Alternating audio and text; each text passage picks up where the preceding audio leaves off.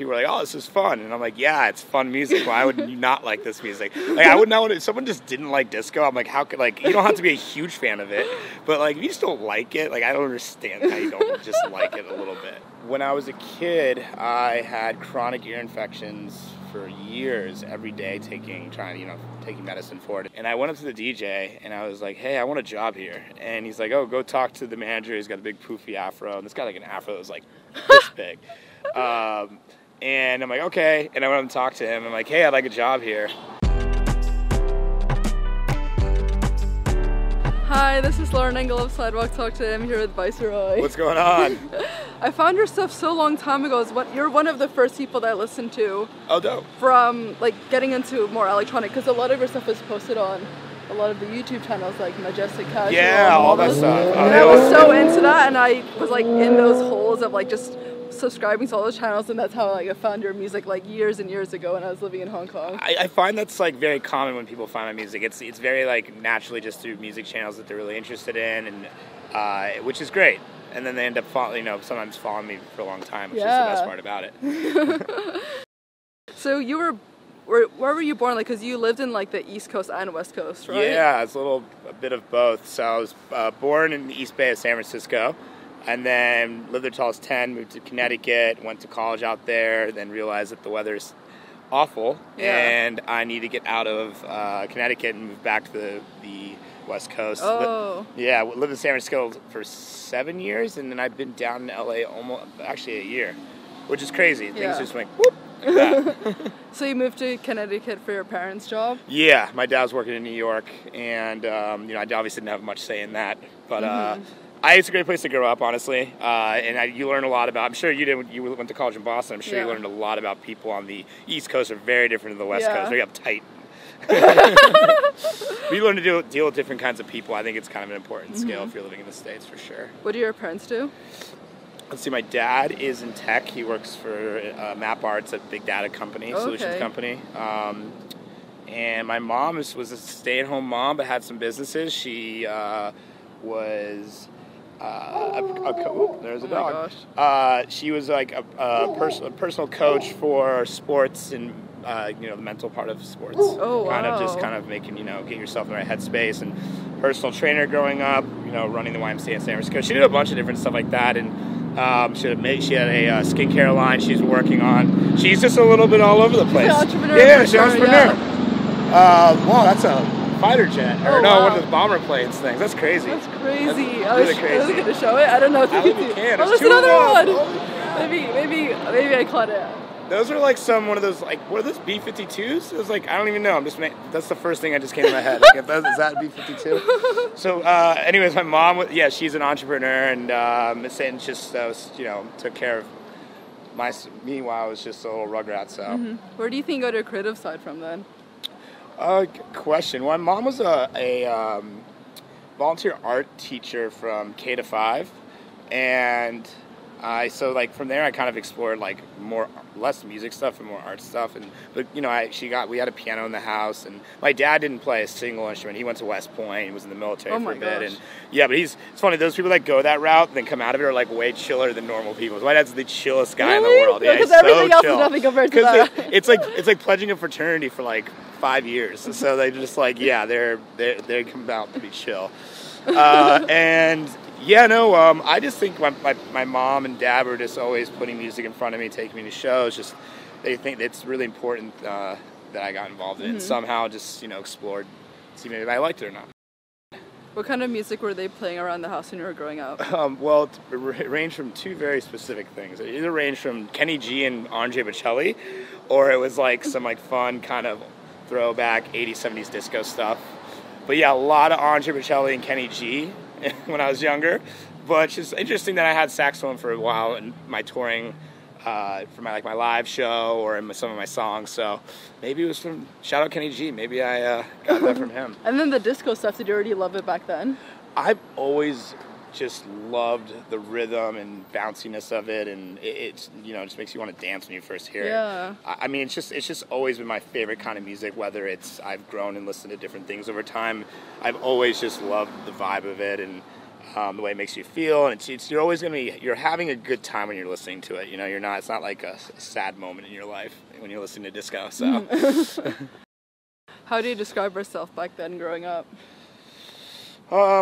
Let's see. I've always been very personable, like, you know, really social. I was well behaved. I did not get in trouble, like, ever. Oh, wow. Which is shocking, you know, because all my friends were just getting in trouble left and right. But no, I was pretty good, well behaved kid, and had ADD up the wazoo, so I was just bouncing around all the time. And I think that's honestly, my mom never really, like, medicated me for it, you know. I think that's a good thing. I was thinking about this today, actually, because it kind of lets you just kind of let your mind, you know, run. And I think for creativity, it's huge. It's for just being prolific in that creative world. So, yeah, no, I mean, I was just a pretty normal kid, just wanted to be outdoors and stuff.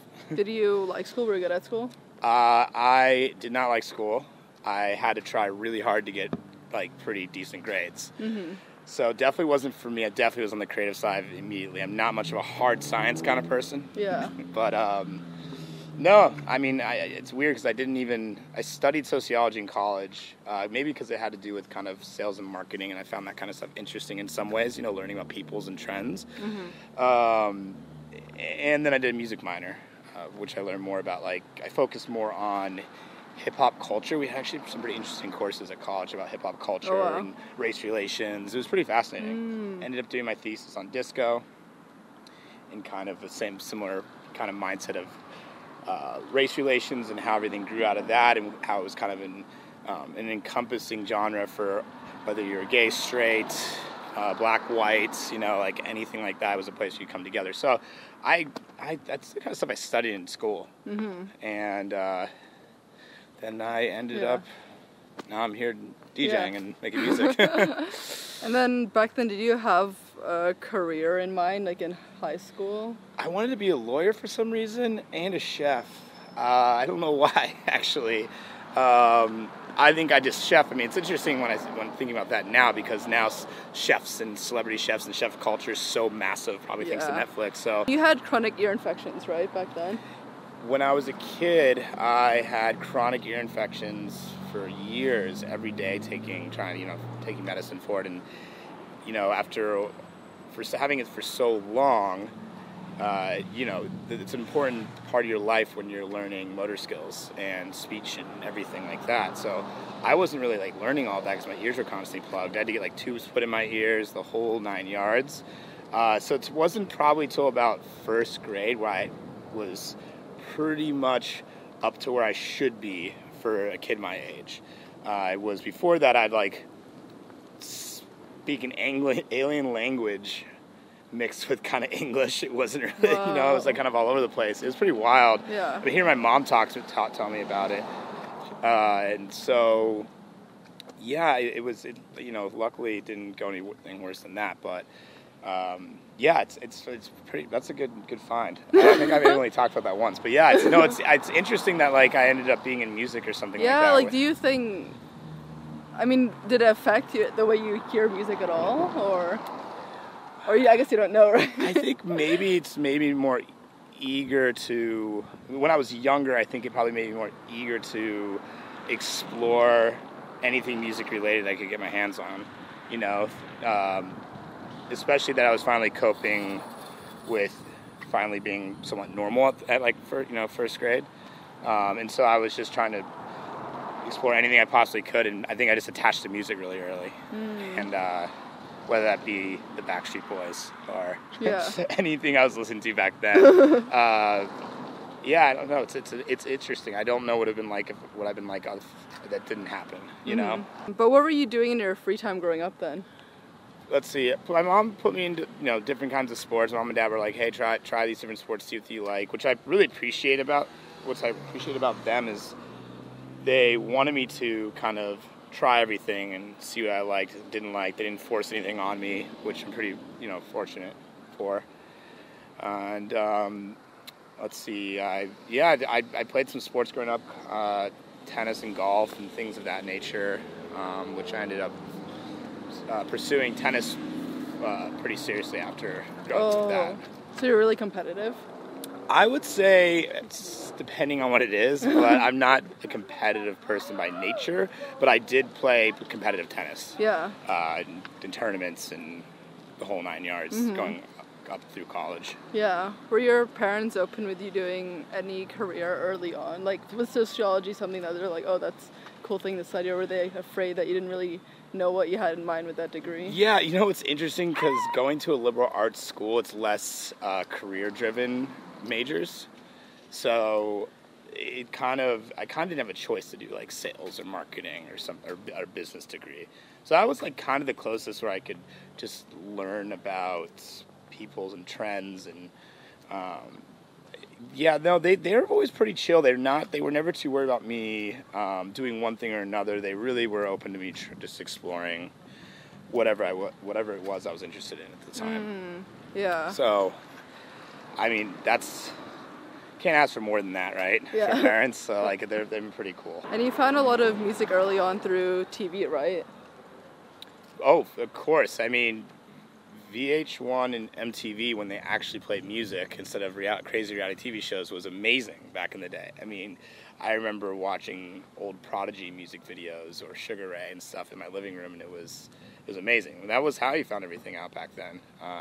Before, obviously, iTunes and whatnot. Yeah. I was obsessed with MTV back in the day. Yeah. And then, why did you find Treasure Fingers? Oh, Treasure Fingers. Oh, man. Okay, so Treasure Fingers was interesting. So I studied abroad in Rome, 2009, which was amazing. And, like, for some reason, the second week of school, we were all, like, drunk and out at some bar. It was actually a place called Anima. It was a 2-story lounge/club. And I went up to the DJ, and I was like, hey, I want a job here. And he's like, oh, go talk to the manager. He's got a big poofy afro. And this guy, like, an afro that was, like, this big. And I'm like, okay. And I went up and talked to him. I'm like, hey, I'd like a job here. And he's like, all right.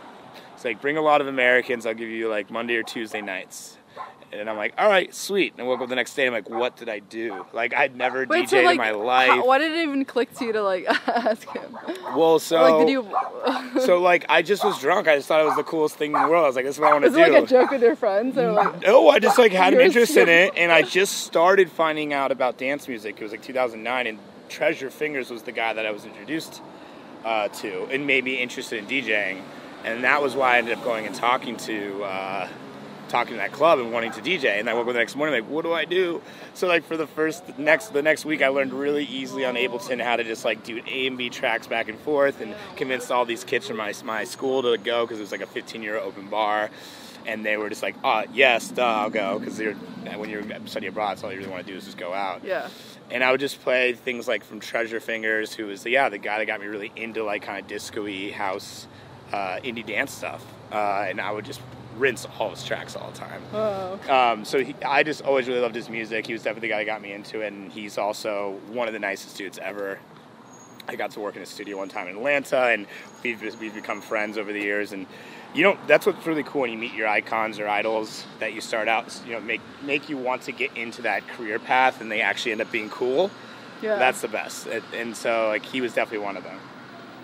And then, so, like, when you first did that show, did it already click to you that, like, was it a realization? Not a realization. I just had a really fun time doing it, and then people had a really good time, and I was like, all right, I'm just going to keep doing this every week. And then the other clubs in Rome started hearing about this, like, American playing, like, disco, which was not a thing there. Oh. It was, like, much more, I was playing, like, LaRue, all this Bloghouse stuff, like, from back then.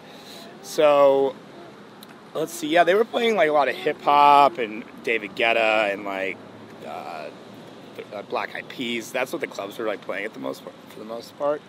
And yeah, so then they started having me come by, and like, we'll give them a shot, because like it was not anything they had. And then I started playing at all these other clubs. Wow, but it was already drawing people, and like people love disco, right? So they just hear about it. Or I think they just put me on in a night that they had something else programmed and see how people reacted to it. And people were like, "Oh, this is fun," and I'm like, "Yeah, it's fun music. Why would you not like this music?" Like, I would not. If someone just didn't like disco, I'm like, how could, like, you don't have to be a huge fan of it, but like if you just don't like it, like I don't understand how you don't just like it a little bit.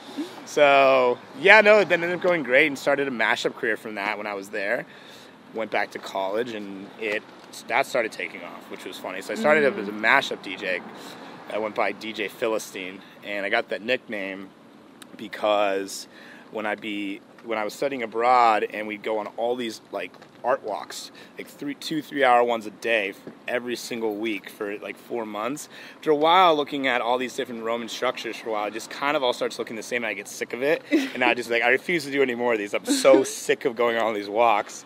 And my friends just said, "You're such a Philistine," and they're like, "Boom, that's your DJ name." Yeah. So, yeah. So I got it out of being uncultured, which is kind of funny because you're supposed to go study abroad and be cultured, right? So, So I started that for a while. And were you putting all those mashups online? Like, were you gaining a fan base from that, or? So I had a few friends in college who had some popular college blogs, so that were like doing really well when blogs were like the biggest thing ever back then, right, for music discovery. So they started putting my stuff on there, and then because it's college blogs, other colleges would see it, and kids at colleges, fraternities, and I started playing fraternities besides just at my school, and then played some gigs in New York, and so I started doing mashup stuff for a while, kind of in that like not as big as like White Panda or Blau or any of those guys, but like I definitely was like playing shows and making money, which is pretty cool for a college kid, right? Yeah. But why did you decide to change your name? So, as you probably would understand, mashups got old really quick, and it just got, I don't know, just too many people making them, oversaturated market, it was just kind of like, all right, there's only so much you can do with a mashup, right? Unless you're girl talk, which is a whole different thing. But, so then I just was like, well, what do I want to make? I was like, I want to make disco, and that's what I like. It's what I listen to, right? I don't listen to mashups. I was listening to disco, and like, okay, so I started that winter, so 2010 winter, and then released my first EP that February as Viceroy, and changed a whole new branding. Didn't use the same pages or anything. There wasn't also like Instagram back then or anything. So I did that, and I was just making what I liked. It was just like kind of sample-y based disco stuff, and that started the whole career in February 2011. Did your fans like follow over into Viceroy? I use those blogs those blog relationships to gain traction, even though it wasn't very popular music at colleges by any means at that time. They still would put me on, so college kids would get into it, regardless of them realizing they're into it or not. Like they'd be like, oh yeah, because it's just on those blogs, and they love everything that's on there. So that really helped.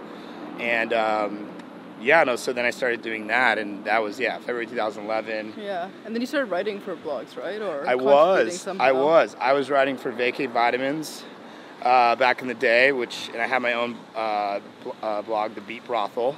Shout out to that. But no, Vacate Vitamins was one of the biggest, like, as far as hype machine blogs. Like, they're huge. They were up there with like Gotta Dance Dirty at the time, which is one of my favorites at the time. Mm-hmm. And so I started writing for that and curating on there, and it helped definitely get my name out there even more, which was cool. So the artists that you're writing about, they knew who you actually were? Like your moniker? Some of them, it took some time. The more tracks I put out and more exposure I'd get via SoundCloud or Hype Machine, then they'd be like, oh, dope, and maybe give me some shout outs and stuff like that. But no, some of them yes, some of them no, because I was kind of covering everything. Could have been someone that was like a LaRue remix at the time, or she's not giving me shout outs when I was starting out, but but some other people were. Yeah. It was cool. Well, was your intention to get relationships from it? Or do you recommend people to do it? I really liked writing. I really liked just reviewing music. I had the other blog before I started writing for Vacate Vitamins, because I did that for a while, and then I ended up meeting the Vacate Vitamins guys in San Francisco. This guy John April, and then he was like, "You want to write for it?" I'm like, "Fuck yeah, I'd love to write for it." And it was right about the time where, right at the peak of blogs being important to an artist's career, as far as Hype Machine blogs and stuff. So I caught it at the tail end, but it was so fun. I met so many people through that too, which was cool. And people that I'm best friends with now. I'm in a wedding for this, and a lot of the Gotta Dance Dirty guys are going to be at this wedding this weekend in the wedding with me. Yeah, so that's what's cool about it. I met people that I'm friends with now that are my best friends. Yeah, it's really cool. So cool. So you kind of knew how like hype and everything worked in like the charts and getting oh everything man, up that there. was my religion. Yeah. High Machine and SoundCloud were my religion. You know, it's how I got my start, and it was so organic. You know, it's so different than now. But yeah, you would just post something on SoundCloud and get your fans to help support it on High Machine, or I would personally email all these blogs. Yeah. They were like these editors were like the biggest thing in the world to me. I was like, if I get one of them and I send them a personal email, maybe they'll post me on a blog, then I can get my fans to chart it up. And if I get on the top, it was equivalent of like you get like gigs or agents hitting you up, or you get hundreds of thousands of plays from it if you get at the top. So many people would see it. People like A&Rs, labels would like hitting you up. It was very different than it is now. Like it was such a great platform for me to be able to get exposure and be found. Yeah. It's changed a lot, but it's now Spotify's king. But yeah, it's sad to see it kind of dwindle now. It's kind of I've always had a soft spot for SoundCloud and High Machine in my heart. Yeah, but. Same. That's how I found like all you guys. Yeah. So after you graduated college, what did you do? So after college, obviously I just started about a couple months before that. As I was saying, in February, I was starting the VICEROY project, put a bunch of remixes out and originals, and I started interning at my college roommate's dad's tech company. What was a tech company? It was a food startup. It was a one-for-one food startup called 2 Degrees. So kind of like Tom's Shoes, where like every nutrition bar that we sell, we donate a medically formulated nutrition pack to like malnourished children in sub-Saharan Africa or Haiti or wherever. So it was a cool concept. It's definitely a hard business model, but I did that for 3 months, and by July of that summer, I had my first gig as VICEROY. I played at the Standard Rooftop Hotel in downtown Los Angeles for a pool party. Boys. Bixel Boys is who I'm in their wedding for this weekend. See how it comes around like that. My best friends are like from that first show. Yeah. So Ian booked me for that, and it was from then on. I was like, oh, this is really dope. I started playing more and more shows, and then my mom's like, hey, why don't you live at home for a year and see if this works out? If not, you can always go get a job. Your parents are they're cool. Amazing. They're cool. They're definitely cool. They're cool. They're real cool. Back home. Yeah, they're cool. And they lived right in the East Bay, so I was already living at home anyways. Okay. So 6 months after that summer of 2011, it went full time, and then I moved into San Francisco another 6 months after that. Well, that's so fast. You were like really, after you started gaining momentum from shows, you're already earning like your living from all that. Yeah, it's crazy, right? Yeah, and like my parents, like I had a really good upbringing, but they weren't like giving me any like financial backing for it or anything. I really was just like, they were very supportive in any other way possible, and they were just like, I just hustled and ended up, and that, it was scary moving out of the house. I'm like, well, what if I don't play shows for 2 months? I'm not going to be able to afford rent, but ended up being fine. Yeah. Right after you graduated, so you got a manager, an agent, everyone? Mm-hmm. I had a manager right that summer, an agent probably a year later, and it just kept going from there. Yeah. I worked with a guy at this company. I don't work with him anymore, but I started out with this guy for several years on the management side.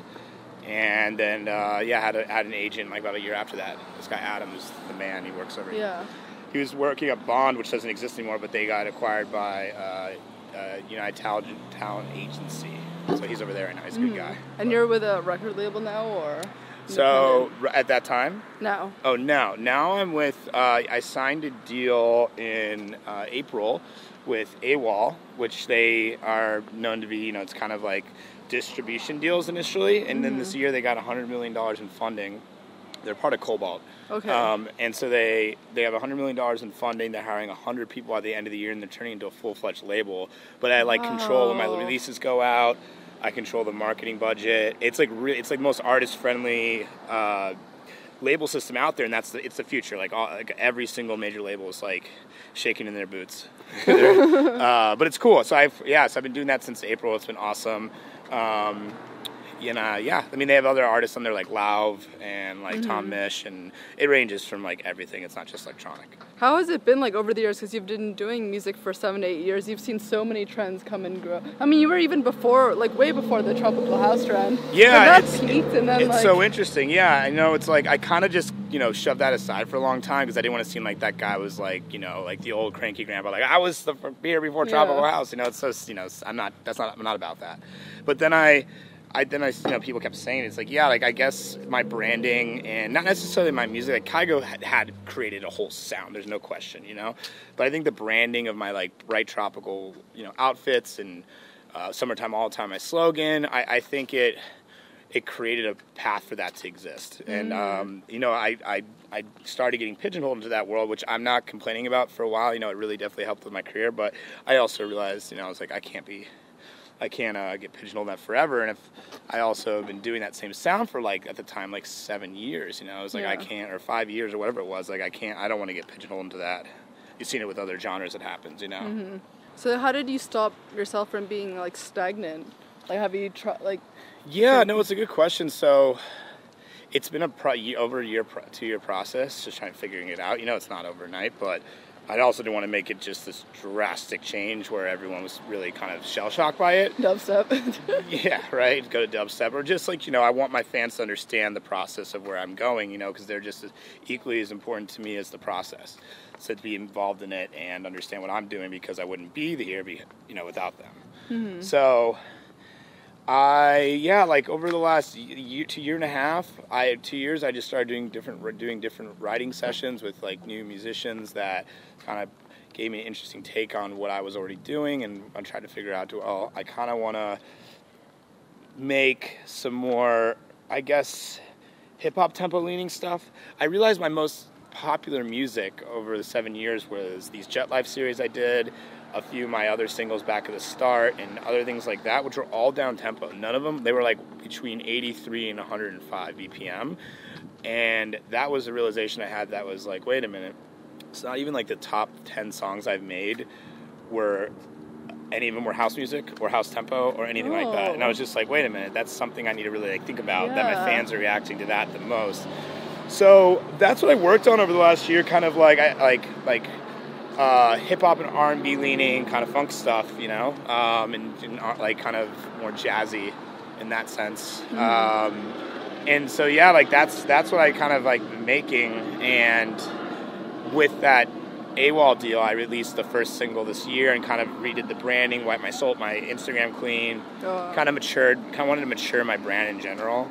I can't be like the crazy, nutty, tropical guy for my whole life, right? I kind of, I grow up. It's been doing that for 7 years, so I definitely people change. So, but it's still not me. But it's like that's the thing. It's not I'm not making myself like this completely different person on my socials. It's like it's just still me, Mm-hmm. So yeah, I'd released a track called "Caught Me Rhythm" with Marky Basie from the Bay, and that did really well. So that was only like 3 months ago. Yeah. So that did really well. Still doing really well, and then just did a song called 1999 with Brandon Burnett, who's super talented. We actually are doing a remix competition this month for it with Spice. Yeah. So super stoked on that. And yeah, I mean, it's interesting. It's taking a risk. Like, you have to take risks in order to grow. And I think I was feeling a little stagnant doing, music super oriented towards clubs. I still played in my sets because I always bounced around in my set with different tempos and whatnot. Mm-hmm. But I got kind of sick of keeping my head in the mind, the like space of, okay, how will this do in the club? And I was just kind of like, why not just make the music I want to make? Yeah. And so that's what I've been doing. And fans have, I've been kind of open with my fans the entire time. Here's what I'm doing. Here's why I'm doing it. And I think because I was so open with them and just kind of telling them, like, it's like coming from me. It's like coming from my heart. Like, this is what I want to do. I think they're passionate about it and got excited about it, Yeah. Where if as I was saying, just like suddenly 180'd overnight and it was like, this is what I'm doing now. And they'll be like, what? Like, I've seen it a million times happen that way. Yeah. Where it just, people were blindsided. Fans were blindsided and kind of lost interest. So. Yeah. And how did you get into restaurants? You met some people, right? I did. So there is a, I guess, promotion / like event group, I guess you'd call it, called Crossroads up in San Francisco. And they booked me for a Halloween party. So I played that, met the guys. It was like 2013, I think. Met those guys, and they were like actually like about my age, really cool dudes in the city. I didn't know their group of friends or anything like that, and hung out with them after the show. And I was just like, yeah, like we should definitely do some more stuff. You guys are actually really rad, and like, look, we obviously live in the same city. We should hang out. We just like hit it off immediately. And Anderson, one of the guys, who's a partner at Crossroads, he owns a club called Audio there. That's like an incredible club there, and a place called Bergerac at the time. And he's like, let's start throwing parties at, summertime all-time parties at Audio. So we did like 3 of those at Audio, like that next went like 2014, and it like they killed. It was super fun. We all got along.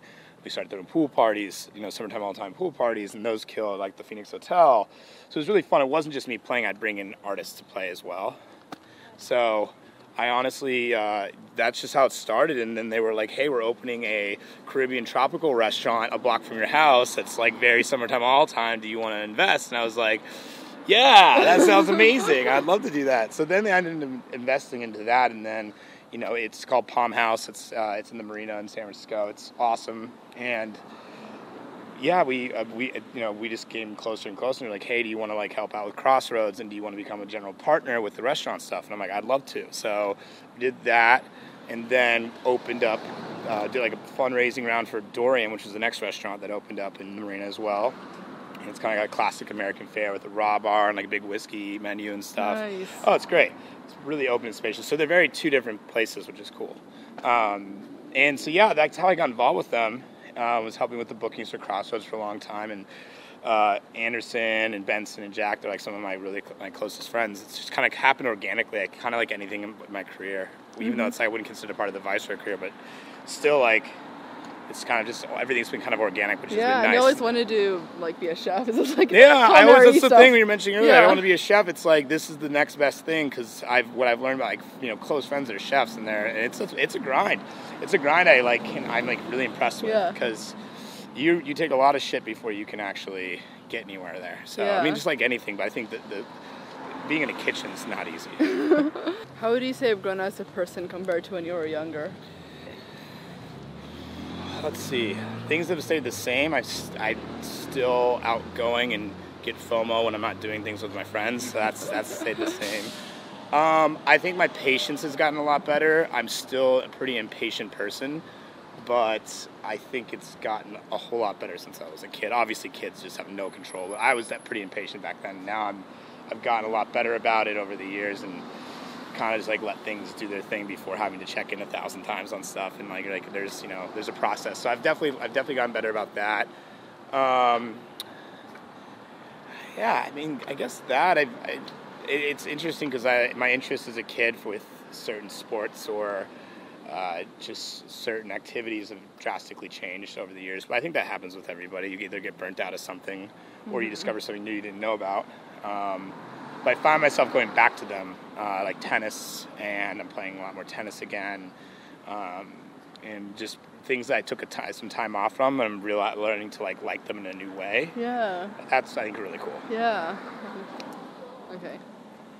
What would you say have been your biggest challenges so far? That's such an interesting question. Challenges in life. I mean, when you're an entrepreneur, right, you're constantly have to be on the ball and constantly making sure that you're not slipping up and, trying to open new doors and avenues for yourself, because it's a business that's constantly going like this unless you get lazy. So I think just keeping up the hustle is, and that can get tiring for sure. But then you got to reinvigorate yourself with new interesting ideas and things that get you excited about it and continue to get you excited about it. So I think it's just doing basically a startup for 8 years coming up February. Mm-hmm. I think I just making sure that I am able to grow and don't get stale for my fans or myself. So I think that's been and a struggle in a good way. I don't think it's been a negative thing whatsoever. It's the best learning experience you could possibly have, starting a business. So I think that's just been what I've been focused on for the last 8 years, which is kind of interesting because it just kind of consumes your life, you know, and there's nothing wrong with that, but you kind of just make that your end all be all. You kind of make it everything about you at all times. It's not, there's no Austin or Freedy, you know, there's always just like, somehow I'm always attached to Viceroy in some sense. Yeah. So, which, you know, can get daunting and tiring, but, you know, you find ways to kind of just separate yourself from it as much as possible sometimes. Mm-hmm. What does love mean to you? Oh, man. I mean, there's so many Hallmark cheesy quotes I could say. Trying to think of what the first one that came to my head was like, let me think about that. Like true passion and caring for someone regardless of some of the decisions they make. I think, like that. yeah, I think that, you know, you gotta, you know, you may hate them, you may despise them for something, but, you know, if they really care about them, you're gonna try to find out a way to make it work. And I don't even mean like, you know, like relationships. I think it's much more of a bigger picture thing than that. I think, you know, just, you know, trying to be there as much for someone, even if you don't necessarily agree with what they're doing, but you still understand where they're coming from. Mm-hmm. I think that's love right there. Yeah, I love that. Yeah, even if you wholeheartedly disagree with something, just still being there for them. For sure. Yeah. Last question. Sure. What do you want to be remembered for? Ooh. I want to be remembered for people just having a good time and not taking themselves too seriously. I think I want people that going to my shows and not thinking about the dreads of everyday life that may be consuming them, or maybe they're having, you know, a great life. It's just whatever it is. I want those complexities to kind of go out the window and just enjoy yourself and just be in the moment and have a good time and not think too much. And I think I've never taken myself too seriously as an artist. I think there's maybe places you do that, different genres and whatnot, you may be more susceptible to it. For me, I've always just wanted people to have a good time and just let it go. Yeah. Yeah. This is awesome. Thank you so much. Yeah, This is awesome. Thank you so much for having me. See you later.